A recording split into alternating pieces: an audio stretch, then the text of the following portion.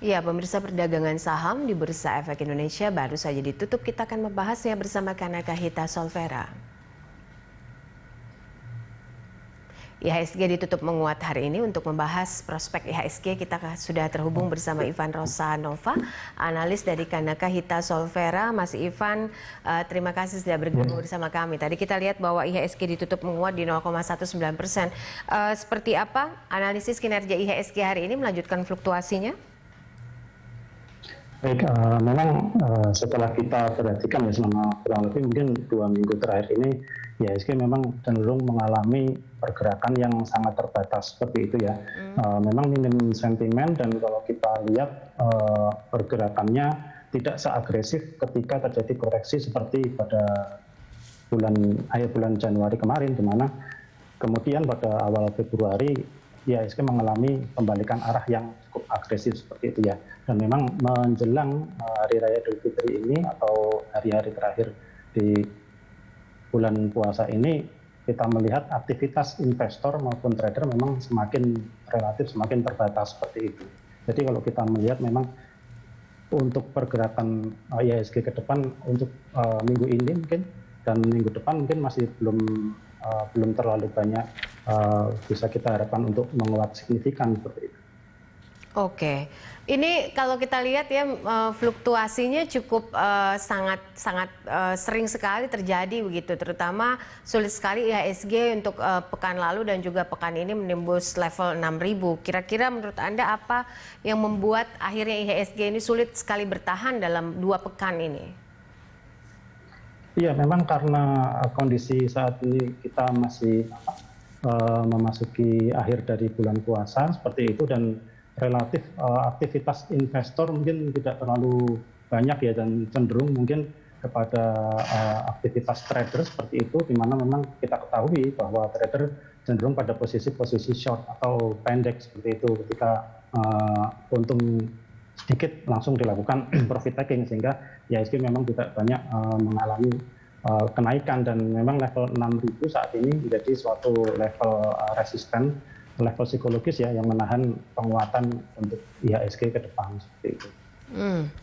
Untuk prospek emiten nih yang mengacu kepada laporan keuangan kuartal 1, emiten apa yang kinerjanya masih akan tetap positif, Mas Ivan?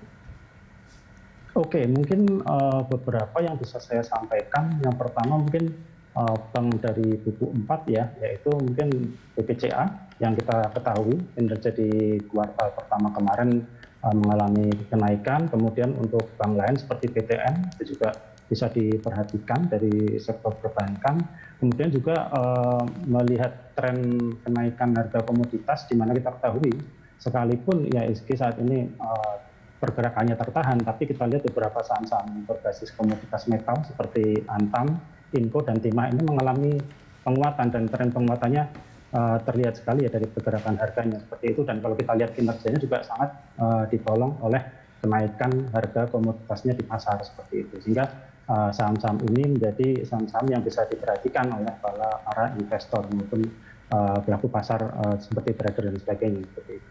Oke, dengan pengaruh inflasi kemarin nih, kalau kita bicara soal sedikit makro begitu ya, proyeksi PDB-nya seperti apa ini? Apakah tetap akan tumbuh positif atau bagaimana, dan mempengaruhi market sampai sejauh mana? Ya, mungkin kalau kita berharap rilis PDB besok ya, mungkin secara konsensus kan pertumbuhannya masih diperkirakan sekitar minus 0,7 ya untuk kuartal 1 ya.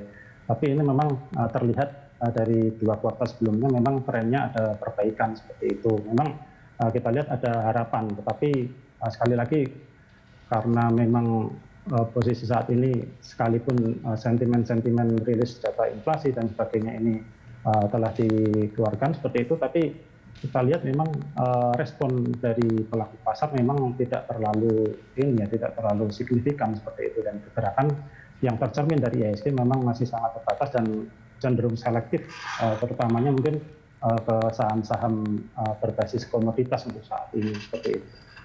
Oke, untuk tren efek dari sell on May ini seperti apa, Mas Ivan? Apa yang bisa direkomendasikan mungkin untuk buy on weakness dalam jangka pendek atau short term ini?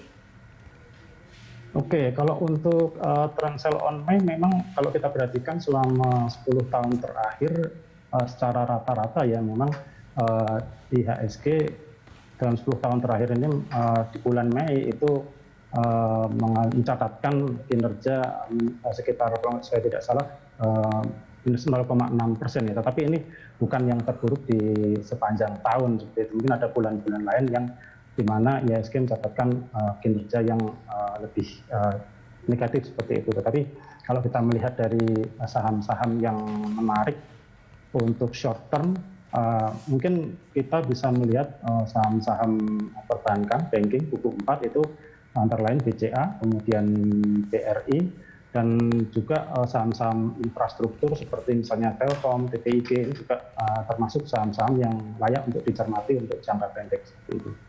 Oke, baik. Kemudian untuk rekomendasi mungkin kalau kita bicara soal saham-saham big caps, mungkin bisa di breakdown sedikit Mas, saham-saham big caps yang bisa menjadi rekomendasi untuk para investor dan juga mungkin di second line-nya seperti apa? Oke, kalau untuk big caps kembali ke saham banking, yaitu banking BCA, kemudian BRI, dan kemudian saham berbasis komoditas metal yaitu Antam, ini termasuk yang layak untuk dicermati dan untuk investor bisa melakukan buy on weakness seperti itu. Kemudian kalau untuk second liner mungkin saham-saham dari basic industry ya mungkin seperti saham-saham poultry, seperti Java ini juga menarik untuk dilakukan buy on weakness, utamanya untuk posisi pendek ya untuk trading seperti itu. Oke, untuk prospek BRI Syariah sendiri seperti apa Mas kinerjanya? Ya kalau BRI Syariah mungkin sejauh ini kalau saya perhatikan memang tidak terlalu apa ya istilahnya di pasar memang bukan menjadi satu emiten perbankan yang cukup dilirik oleh investor seperti itu. Tapi kalau kita melihat secara kinerja memang pertumbuhan di akhir tahun kemarin memang cukup baik dan mungkin untuk tahun ini pun karena secara umum saham-saham perbankan juga mengalami kinerja yang positif, saya rasa memang ke depan BRI Syariah juga masih layak untuk diperhatikan dan untuk investasi seperti itu. Oke, baik. Untuk esok mungkin rekomendasi untuk level support dan resistennya berada di level berapa, Mas Ivan? Oke, kalau untuk IHSG sendiri, untuk resisten memang kita masih melihat bahwa IHSG ini masih harus menguji level 6.000 ya untuk confirm memulai suatu tren naik berikutnya seperti itu. Sementara untuk support mungkin bisa saya sampaikan di level 5.930 ini memang menjadi level support yang kemarin saya lihat memang menjadi target koreksi seperti itu, sehingga selama IHSG tidak turun ke 5930 saya rasa memang masih ada harapan untuk minggu ini mulai terjadi pembalikan arah seperti itu. Baik, terima kasih Mas Ivan untuk informasi dan juga analisanya bersama kami, analis Kanaka Hita Solvera, Ivan Rosanova.